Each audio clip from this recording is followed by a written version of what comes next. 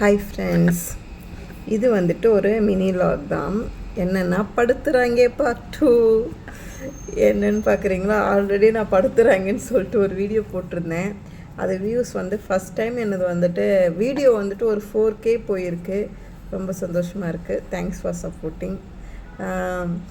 இப்போ படுத்துகிறாங்க பார்ட் 2 தான் பேச போகிறேன். என்னென்னா வந்துட்டு இப்போது நான் என்னோடய வீட்டில் நடக்கிற விஷயத்த சொல்கிறேன், ஓகேங்களா? இப்போ நம்ம எங்கன்னா வெளியில் போகிறோம், ஓகேங்களா? வெளியில் போகிறோம், இல்லை ஒரு கல்யாண ஃபங்க்ஷனுக்கு ஏதோ ஒரு ஃபங்க்ஷன் வெளில போகிறோம், வெளில போய் நம்ம சாப்பிட்றோம், ஓகேங்களா?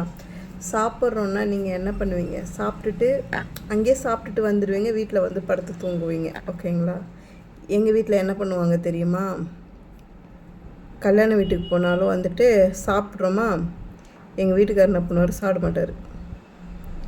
அது ஏன்னு எனக்கு இன்னமும் தெரியல. சாப்பிடவே மாட்டார். இல்லைம்மா வேணாம், நான் ரொம்ப கம்பல் பண்ணி நீங்கள் உட்காருங்க சாப்பிடுங்கன்னு சொல்லி பக்கத்தில் உட்கார வைப்பேன். என்ன பண்ணுவார்? எல்லாத்துலேயும் கொஞ்சம் கொஞ்சம் குறிச்சிட்டு ஏஞ்சிட்டு வந்துடுவார். ஓகேவா? ஏஞ்சி வந்துடுவார். அதோட என்னமோ ஏன் சாப்பிடாம ஏஞ்சி வந்துட்டேன், இப்போ வீட்டில் போய் சாப்பிட்றேன்னா, இல்லை எனக்கு வேணாம்ப்பா, எனக்கு இதுவே ஒரு மாதிரி இருக்குது, எனக்கு பிடிக்கல, எனக்கு வேண்டாம் அப்படின்வார். எப்படியாப்பட்ட சாப்பாடாக இருந்தாலும் அவர் அப்படி தான் சொல்லுவார். வெளியில் சாப்பிட்டா, ஓகேங்களா, சொல்லுவார். எங்கள் வீட்டில் எல்லோரும் வந்து ஃபங்க்ஷனில் சாப்பிட்டு வருவாங்க, ஓகேங்களா? அதோட வீட்டுக்கு வந்து பத்து தூங்கலாம்.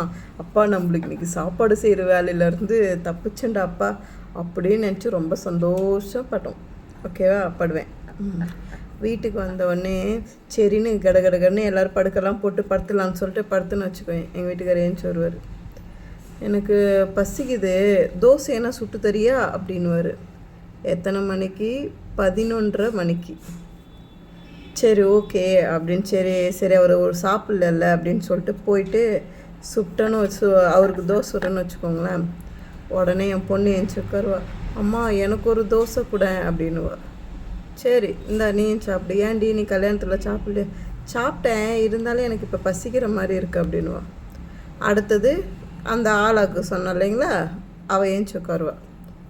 உனக்கு என்னம்மா? எனக்கு தோசைலாம் வேணாம், எனக்கு பால் நீ சூடு பண்ணி எடுத்துகிட்டு வா அப்படின்வா, ஓகேங்களா?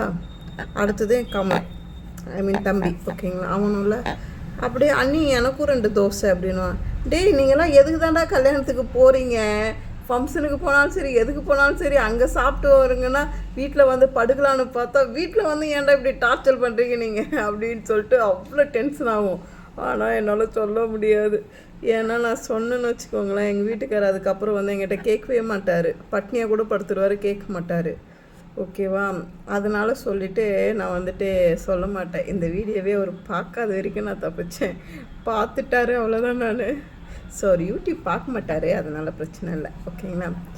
அது மாதிரி இதுவே எங்கன்னா ஹோட்டல் போகிறோம், என்றைக்கோ ஒரு நாள் ஹோட்டல் போகிறோம், வெளில சாப்பிட்டு வந்துடுவோம் அப்படின்னு சொல்லிட்டு நினைப்போம்.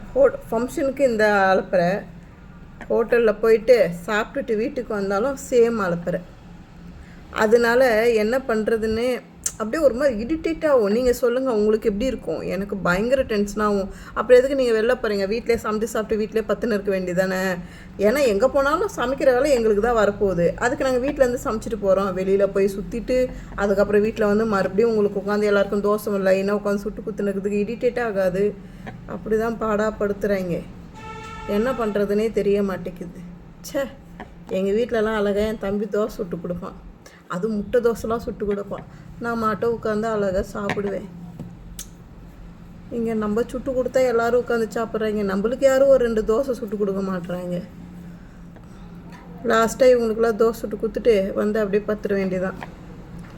இது வந்துட்டு எங்கள் வீட்டில் எப்பவுமே நடக்கிற ஒரு பிரச்சனை. இதுக்கு எனக்கு என்ன சொல்யூஷன் தெரியவே இல்லை. நான் ஜாடமாடையாக சொல்லவும் முடியாது, ஸ்ட்ரெயிட்டாக சொல்லவும் முடியாது. சொன்னால் என் ஆத்துக்காரர் கோச்சுப்பார். அதனால் இந்த வீடியோ பார்த்துட்டு யாரும் எங்கள் வீட்டுக்கார்ட்ட சொல்லாத வரைக்கும் சந்தோஷம், ஓகேங்களா? இப்படி தான் படுத்துகிறாங்க. என்ன பண்ணுறது எனக்கு ஒன்றும் புரியலை. உங்கள் வீட்டில் இது மாதிரிலாம் நடக்குமா? இல்லை எங்கள் வீட்டில் மட்டும்தான் இப்படி நடக்குதான்னு எனக்கு தெரியல. ஏன்னா எனக்கு தெரிஞ்சு யார் வீட்லேயும் இப்படி நடக்கிறதா என்னோடய சரௌண்டிங் சொல்கிறேன். உங்கள் வீட்டில் மட்டும்தாண்டி அதிசயன்ற மாதிரி என்ன சொல்லுவாளுவேன். ஆனால் உங்கள் வீட்டிலலாம் அது மாதிரி நடக்குமான்றதை எனக்கு கொஞ்சம் கமெண்ட் பண்ணுங்கள்.